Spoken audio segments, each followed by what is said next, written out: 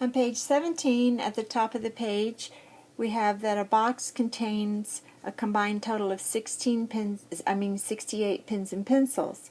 The box contains 16 more pens than pencils, so how many of each are in the box? So we know that the total is 68.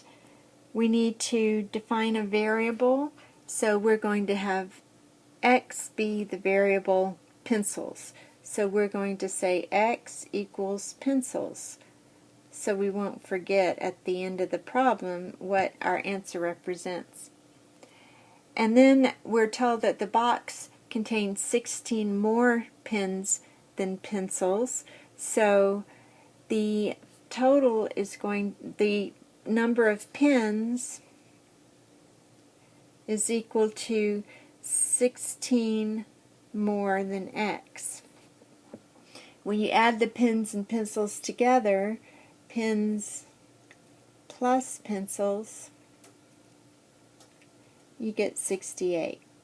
So what we're saying is 68 total equals the number of pencils, which is x, plus the number of pens, which is x plus 16. So there's our equation. So now we look at the equation, and since everything's being added, we don't really need these parentheses. So we combine like terms. Let's start off in black and write a new column. 68 equals 2x plus 16. Subtract 16 from both sides, and we get 52 equals 2x. And then we divide by 2, and we get 26 equals x.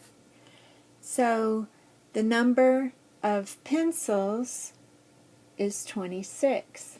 The number of pens is 26 plus 16, so that's equal to 42. And we check our work by saying, does the number of pencils plus the number of pens equal 68? So we want to know, does 26 plus 42 equal 68? And it does, so we know that this is correct. Okay, there are a lot of medical professional students in class, so this question will be right up your future alley. We have a mixture of acid and water that must be combined, and the total mixture will be 286 milliliters. If the mixture must contain 12 milliliters of water for every milliliter of acid, how many milliliters of water and how many milliliters of acid does it take to fill the beaker? So we are going to assign a variable.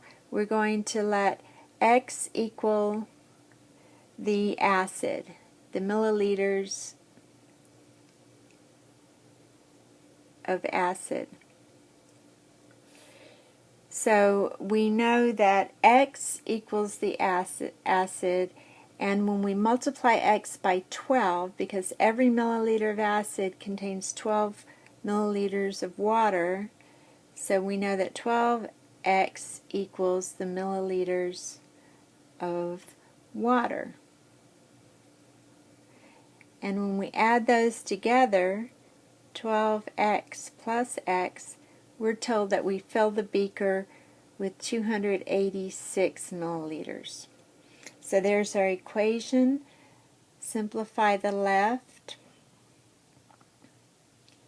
and then divide both sides by 13, and you get x equals 22 milliliters. So the milliliters of acid is 22, and 12x, so let's go up here, 12x equals the milliliter of water, so 12 times 22 equals 264. So we're saying that there are 264 milliliters of water, and to check our work, we know that 22 plus 264 should equal 286, and it does. So there are 22 milliliters of acid and 264 milliliters of water. So go ahead and work the try it problems and get the hang of these word problems. Let's do a quick review of some of the geometry you learned in 308. If a 90-degree angle is a right angle, and two angles are complementary if their measures add up to 90 degrees. X is the measure of an angle, then x plus something else is equal to 90 degrees, and if you think about that, you will find that 90 degree minus x equals the complement of x. So if you're told to find the complement of x, you can just write down 90 minus x. Supplementary angles add up to 180 degrees, and so if y is the measure of an angle, the supplement of y is 180 minus y. And then a straight angle measures 180 degrees, a right angle measures 90 degrees, and the sum of the measures of the interior angles of any triangle is 180 degrees. So those are the facts you need to know to solve the next word problem. Find the measure of an angle whose complement is 4 times its measure. So an angle plus its complement is 90 degrees. You can just write down or draw a right triangle. So here you have an angle, and that plus its complement is 90 degrees, and the complement, this is the complement, is going to be 4 times the measure of the original angle. So what you're told is that the complement is 4 times the measure of the angle. So we know from what we wrote up here that the complement is defined as 90 minus x. So you can write down, when you read the problem, you can write down the complement 90 minus x stands for equals 4 times the measure, which is x. So there's your equation that you have to solve. So let's just add x to both sides, and we get 90 equals 5x, and then divide both sides by 5, and we get 18 equals x. So x equals 18 degrees. And the other angle, well, that's all you have to do, is you have to find x. It doesn't ask you to find what 4 times x is. So you check that out by plugging 18 degrees into your original equation. So you're saying 90 minus 18 equals 4 times 18.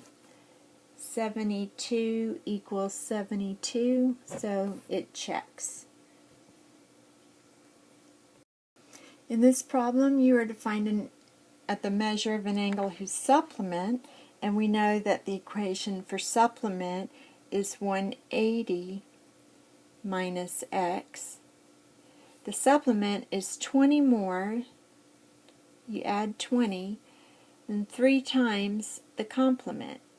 Alright, x is the angle, the complement of x is 90 minus x. So you just take your keyword, supplement, 180 minus x means equal. 20 degrees more means you're going to add 20 to everything. I put it in front, but you can put it at the end. 3 times, you're going to multiply something by 3, and then it's not going to be 3 times x, it's going to be 3 times the complement of x, which our equation for complement is 90 minus x. So we have our original equation. Let's go ahead and solve it. First we're going to distribute on the right.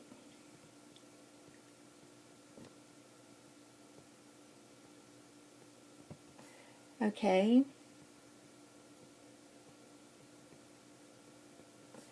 So we have 180 minus x equals 290 minus 3x.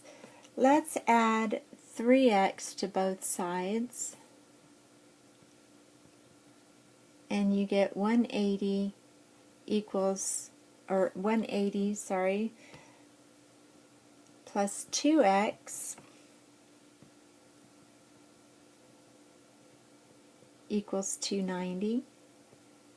And now we're going to subtract 180 from both sides.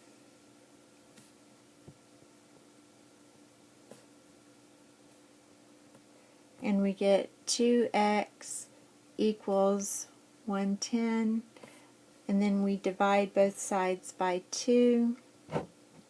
And we get x equals 55 degrees. Okay, if x equals 55 degrees, that's what we're looking for, then we need to plug that into our original equation. So here's our original equation. I'm going to rewrite it down here using 55 degrees. So we have 180 minus x, which is 55, should equal 20 plus 3 times 90 minus x, which is 55. So we know that 180 minus 55 is 125, should equal 20 plus 3 times, we solve what's in the parentheses first, and we get 90 minus 55 is 35. So 20 plus, and then we multiply next. 35 times 3 is 105, and 20 plus 105 is 125. So you really need to know how to do your order of operations as well. And since that checks, we know that x is actually 55 degrees. Okay, now we're going to deal with problems that have to do with consecutive numbers, consecutive integers, or consecutive even integers or consecutive odd integers. When you're dealing with consecutive integer, use x for the first integer and x plus 1 for the second integer. If they're even or odd, use x for the first integer and x plus 2 for the second integer. For instance, the numbers 2 and 4 are even and they're next to each other in terms of even numbers. So 2 is your first number, and you add 2 to it, you get 4 is your second number. Okay, here's an example of a problem. The sum of two consecutive checkbook check numbers is 893. Find the numbers. So we have x for one number and x plus 1 because they're consecutive for the next number. And if we add these numbers together, that means we're adding x plus 1, we get 893. So we don't need the parentheses in this problem. We get 2x equals plus 1 equals 893. We subtract 1. 2x equals 892. And then we divide by 2, and we get x equals 446. That's your first integer, and x plus 1 would be 447. And to test our work, we add those together. 446 plus 447 should equal 893. If you add those, you see that they do. So x is 446 and x plus 1 is 447. And the last example we're going to work is if you have 4 times the smaller of two consecutive odd integers, so notice this word odd, is added to 3 times the larger, the result is 125. Okay, so don't worry about that sounding confusing. Just remember your smaller integer is going to be x, and you can work from there. 4 times x is added to 3 times the larger. Well, the larger is going to be x plus 2 because we're dealing with odd integers. So 3 times x plus 2, then the result is 125. So now we've got our equation. So we write 4x plus 3x, distributing the 3. That gives us 7x plus 6 equals 125. And we subtract 6 from both sides. And we get that 7x equals 119. And then we divide by 7. And that gives us x equals 17. So if x equals 17, then x plus 2 is the next larger integer, which is going to be 19. So we plug those into our original equations. 4 times the smaller, 4 times 17, is added to 3 times the larger, and the result is 125. So 4 times 17 is 68, 3 times 19 is 57, and 68 plus 57 is 125, so we know that our answer is true. And so you should try, instead of this, try number 6 on page 713 and number 8 on page 714, and then, or let's see, 6 on page 711, 8 on page 713, and 9 on page 714.